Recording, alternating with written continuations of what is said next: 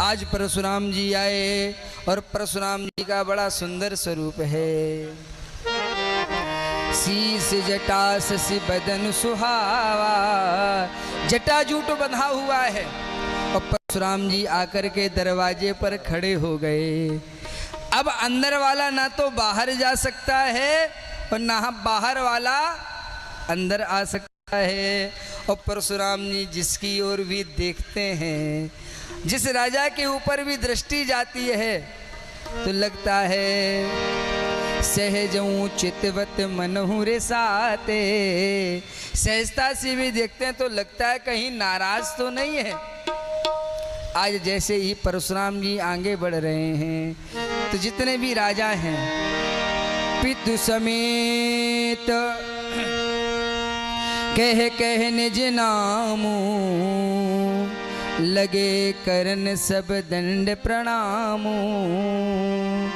सब प्रणाम कर रहे हैं परशुराम जी को। परशुराम जी जिस राजा के पास थोड़ा भी ठहर जाते हैं, जे सुभाए चितवत हित जानी, सो जाने जनु आए खुटानी। जिसकी तरफ भी महाराज परशुराम जी थोड़ा ठहर जाते हैं, रुक जाते हैं, वह राजा भयभीत तो हो जाता है। उसको ये लगता है, हमें लगता है हमारी आयु के दिन पूरे हो गए। लिखते हैं, कहते हैं, सीधे स्वभाव से परशुराम, सीधे स्वभाव से परशुराम, जिस पर भी तनिक नजर डालें, जिस पर भी तनिक नजर डालें, वह राजा चौकन्ना होकर यह समझे भस्म न कर डालें। वह राजा चौकन्ना होकर यह समझे भस्म न कर डालें।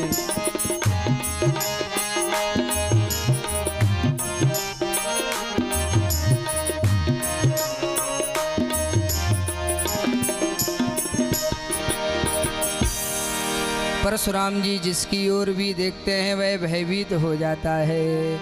उसी समय जनक बहोरी आए शिरोनावा, जनक बहोरी आए शिरोनावा, जनक बहोरी आए शिरोनावा, जनक बहोरी आए शिरोनावा।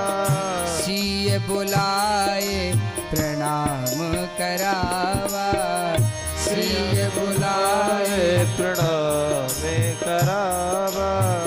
जनक बहोरी आए सिरुनावा, आए सिरुनावा, आए सिरुनावा।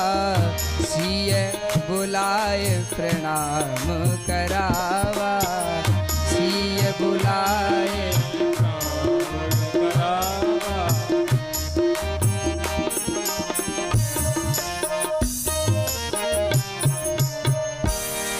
आज जनक जी आए। जनक जी ने जानकी को बुलाया और जानकी से कहा कि महात्मा जी आए हैं, प्रणाम करो। आज जैसे ही जानकी ने प्रणाम किया है तो आज परशुराम जी ने जानकी को बड़ा सुंदर आशीर्वाद दिया। क्या कह रहे हैं? बोले कच्छप पे शेष जोलो, कच्छप पे शेष जोलो, शेष पे भूमि जोलो, और भूमि पे सिंधु जोलो, वारी सो घनो रहे। सिंधु पर वारी जोलो, वारी पर व्योम जोलो, वायु पर व्योम जोलो, नेम सो तनो रहे।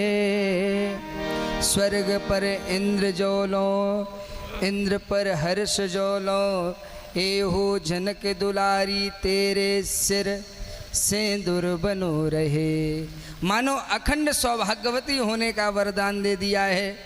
तो पहले तो चिंतित थे जनक जी, लेकिन जब अखंड सौभाग्यवती होने का वरदान दिया तो निश्चिंत हो गए कि हाँ कुछ ना कुछ समस्या तो हो सकती है, लेकिन कोई बहुत बड़ी समस्या नहीं होगी, क्योंकि सीता जी को अखंड सौभाग्यवती होने का वरदान दे दिया। उसी के बाद तुरंत ही विश्वामित्र मिले पुण्य आई, पद सरोज मेले दो भाई। विश्वामित्र जी परशुराम जी से मिले, राम से कहा, लक्ष्मण से कहा कि महात्मा जी आए हैं, प्रणाम करो।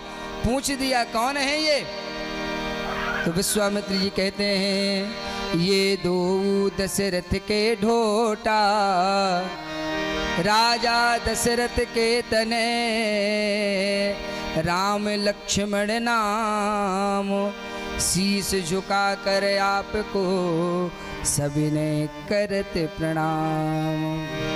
और जैसे ही परशुराम जी ने राम जी को देखा तो राम जी के स्वरूप को देख करके राम ही चेते थके तकिलोचन, राम ही चेते थके तकिलोचन, थके त्रिलोचन। रूप अपार मार मदमोचन,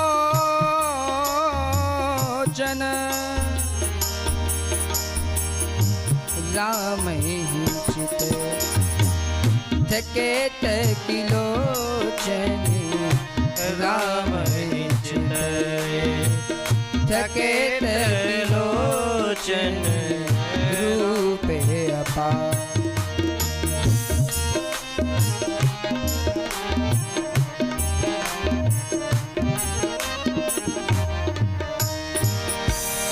आज महाराज जैसे राम जी को देखा तो परशुराम जी का मन प्रेम से भर गया है, और जैसे ही आज धनुष के ऊपर परशुराम जी की दृष्टि गई तो आज परशुराम जी का मन क्रोध से भर गया है, क्योंकि राम कौन है, राम अखंड है।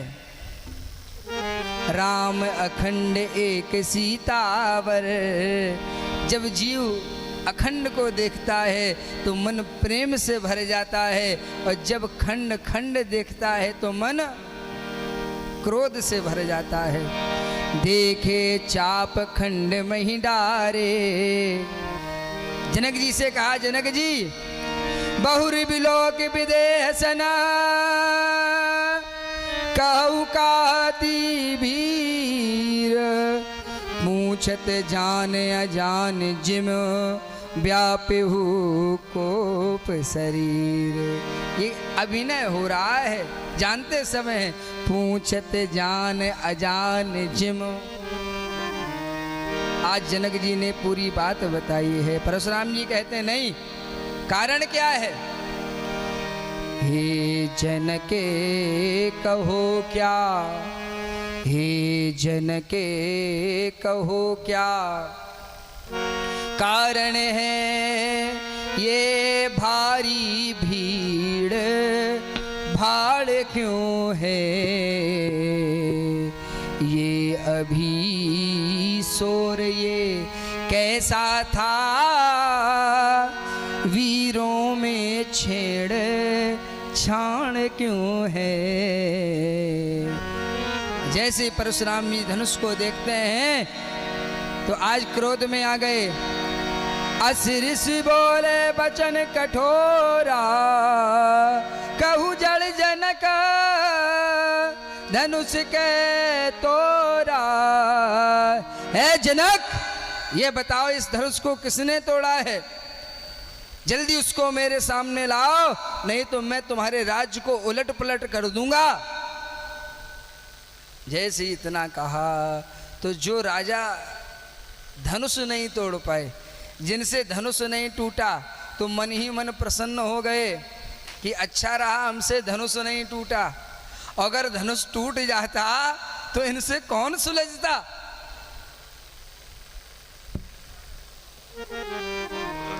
आज मैया सीता भी दुखी हो गई हैं। कितना बढ़िया आनंद का समय था। हमें लगता है विधि अब